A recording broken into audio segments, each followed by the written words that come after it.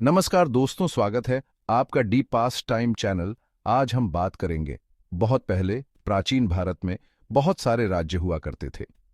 ये राज्य अपने अपने तरीके से अद्वितीय थे और उनकी अपनी अपनी संस्कृतियां और परंपराएं थीं। कुछ बड़े थे, कुछ छोटे। कुछ राज्य विशाल किलों और महलों से सुसज्जित थे, जबकि कुछ छोटे गांवों और कस्बों में बसे हुए थे। इनमें से एक राज्य का नाम था मल्ल महाजनपद। यह राज्य अपने अनोखे शासन प्रणाली और संस्कृति के लिए प्रसिद्ध था। मल्ल बहुत बलवान और स्वाभिमानी थे। उनकी वीरता और साहस की कहानियां आज भी सुनाई जाती हैं। वो बहुत दिलचस्प भी थे क्योंकि उनका कोई राजा नहीं था। मल्लों का शासन एक गणराज्य के रूप में था, जहां सभी महत्वपूर्ण निर्णय सामूहिक रूप से लिए जाते थे। ज्यादातर राज्यों में एक राजा होता था। राजा ही राज्य का सर्वोच्च शासक होता था और सभी निर्णय उसी के द्वारा लिए जाते थे। सारी शक्ति उसी के पास होती थी। राजा के आदेशों का पालन करना सभी प्रजा का कर्तव्य होता था। लेकिन मल्ल अलग तरीके से काम करते थे। उनके यहाँ एक सभा होती थी जिसमें सभी प्रमुख लोग मिलकर निर्णय लेते थे। मल्ल एक और वजह से महत्वपूर्ण थे। उनका राज्य बुद्ध के समय में भी महत्वपूर्ण भूमिका निभाता था। वो बुद्ध के समय में रहते थे। बुद्ध, जो एक महान ज्ञानी गुरु थे, ने मल्लों के बीच अपने उपदेश दिए थे। बुद्ध बहुत ज्ञानी गुरु थे। उन्होंने लोगों को अच्छा जीवन जीने का तरीका सिखाया। उनके उपदेशों ने मल्लों के जीवन में गहरा प्रभाव डाला। उन्होंने लोगों को अच्छा जीवन जीने का तरीका सिखाया। मल्लों ने बुद्ध के उपदेशों को ध्यान से सुना और उन्हें अपने जीवन में अपनाया। मल्ल बुद्ध की शिक्षाओं को सुनते थे। वे बुद्ध के उपदेशों को अपने जीवन में लागू करने का प्रयास करते थे। उन्होंने उनके रहने के लिए खास जगहें भी बनवाई थीं। मल्लों ने बुद्ध के लिए कई मठ और विहार बनवाए थे, जहां वे अपने अनुयायियों को शिक्षा देते थे। चलिए, अद्भुत मल्लों के बारे में और जानते हैं। मल्ल महाजनपद की संस्कृति, उनकी शासन प्रणाली और बुद्ध के साथ उनके संबंधों के बारे में और भी रोचक बातें जानने के लिए हमारे साथ बने रहें। मल्ल भारत के एक बहुत ही सुंदर हिस्से में रहते थे। यह क्षेत्र अपनी प्राकृतिक सुंदरता और समृद्ध सांस्कृतिक धरोहर के लिए प्रसिद्ध था। जरा सोचिए, हरे भरे खेत और ऊंचे ऊंचे पेड़। यहाँ की हरियाली और शांति मन को मोह लेती थी। नदियां जमीन से होकर बहती थीं और फसलों को जीवन देती थीं। इन नदियों का पानी खेतों को सींचता और उन्हें उपजाऊ बनाता। ये जगह हिमालय के पास थी, जो दुनिया के सबसे ऊंचे पहाड़ हैं। हिमालय की बर्फीली चोटियां इस क्षेत्र को एक अद्वितीय सौंदर्य प्रदान करती थीं। मल्ल इसी उपजाऊ क्षेत्र में रहते थे। यहाँ की मिट्टी इतनी उपजाऊ थी कि हर साल भरपूर फसल होती थी। उनकी जमीन प्रसिद्ध गंगा नदी के पास थी। गंगा नदी इस क्षेत्र की जीवन रेखा थी, जो यहाँ के लोगों के लिए अन्न और जल का मुख्य स्रोत थी। ये नदी यात्रा और व्यापार के लिए महत्वपूर्ण थी। गंगा नदी के माध्यम से लोग दूर दूर तक यात्रा करते और व्यापार करते थे। मल्ल इस नदी का उपयोग सामानों के परिवहन के लिए करते थे।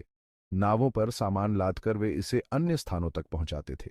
वो इसका उपयोग दूसरे राज्यों से जुड़ने के लिए भी करते थे। गंगा नदी ने विभिन्न राज्यों को आपस में जोड़ रखा था। मल्लों के उत्तर में एक और शक्तिशाली राज्य था, जिसका नाम था कोसल। कोसल राज्य अपनी शक्ति और समृद्धि के लिए जाना जाता था।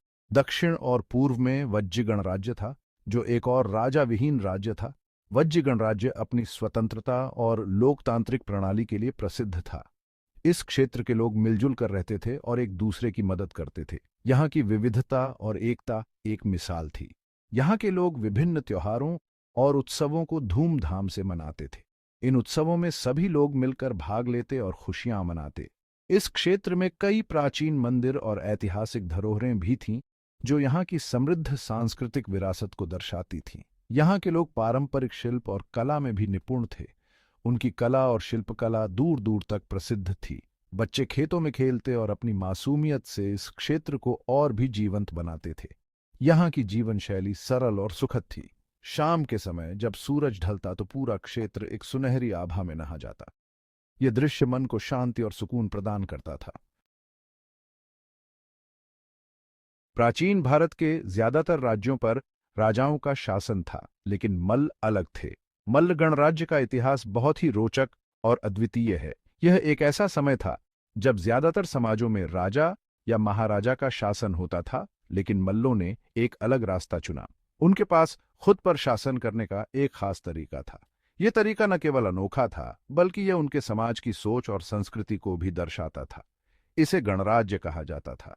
गणराज्य का मतलब है कि शासन का अधिकार केवल एक व्यक्ति के हाथ में नहीं होता, बल्कि यह सामूहिक रूप से लोगों के हाथ में होता है। गणराज्य का मतलब है कि लोगों को यह कहने का अधिकार है कि उन पर कैसे शासन किया जाए। यह एक ऐसा तंत्र था जिसमें हर व्यक्ति की आवाज सुनी जाती थी और हर किसी की राय का महत्व था। मल्लों का एक राजा नहीं था। उनके समाज में किसी एक व्यक्ति को सर्वोच्च सत्ता नहीं दी गई थी। इसके बजाय उनके पास चुने हुए नेताओं का एक समूह था। ये नेता समाज के विभिन्न हिस्सों से चुने जाते थे और उनका मुख्य उद्देश्य समाज की भलाई और विकास था। ये समूह एक परिषद की तरह था। इस परिषद में समाज के सभी वर्गों का प्रतिनिधित्व होता था और यह सुनिश्चित किया जाता था कि हर किसी की आवाज सुनी जाए। वो मिलकर फैसले लेते थे।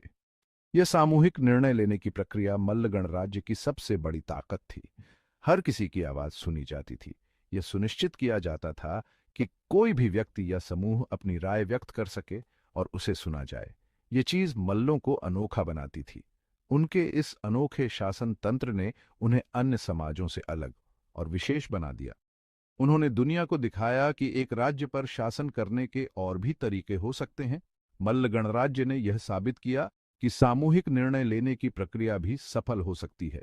मल्ल गणराज्य एक सफल गणराज्य था। उनके इस तंत्र ने समाज को स्थिरता और विकास प्रदान किया।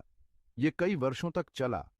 मल्ल गणराज्य का यह अनोखा और सफल शासन तंत्र इतिहास में एक महत्वपूर्ण स्थान रखता है और आज भी हमें बहुत कुछ सिखाता है।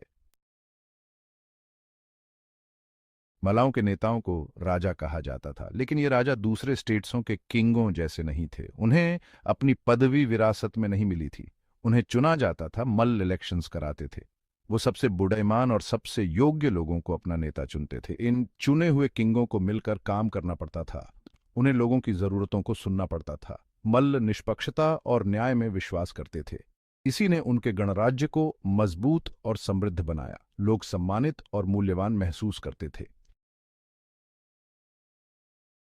भाग 5। युद्ध और वॉरों की अफवाहें। मल्ल और उनके नेबर्स। भले ही वे शांति को इंपॉर्टेंस देते थे, मल्ल कुशल योद्धा थे। वे अपनी भूमि की रक्षा करना जानते थे।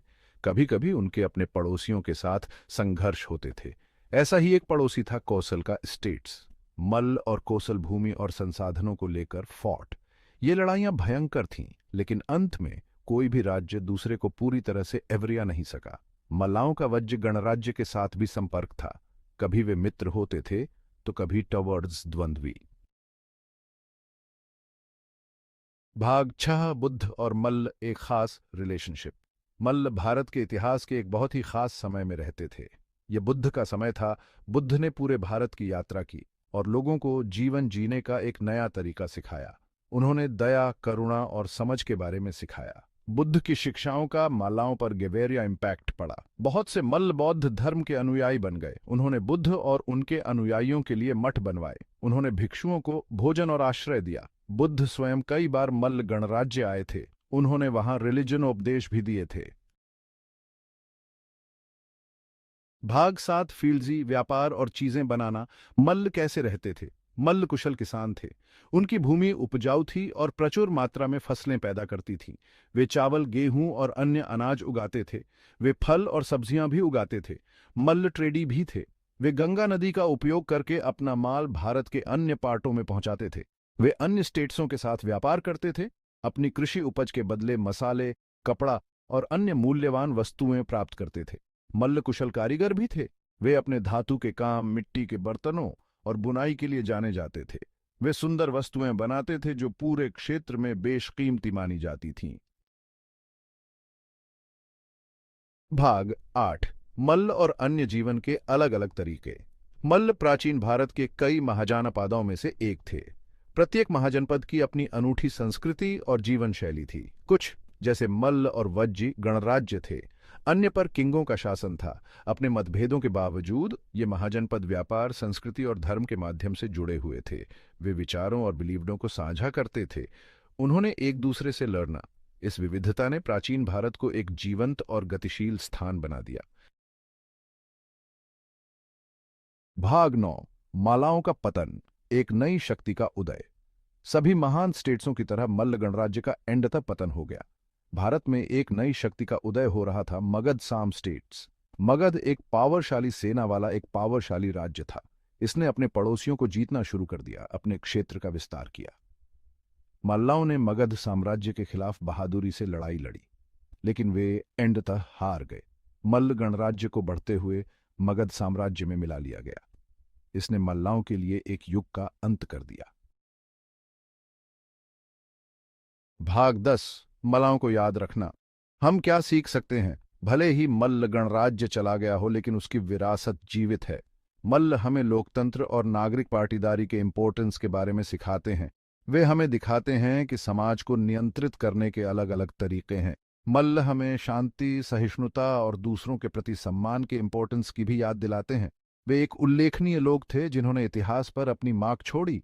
उनकी कहानी आज भी हमें प्रेरित करती है।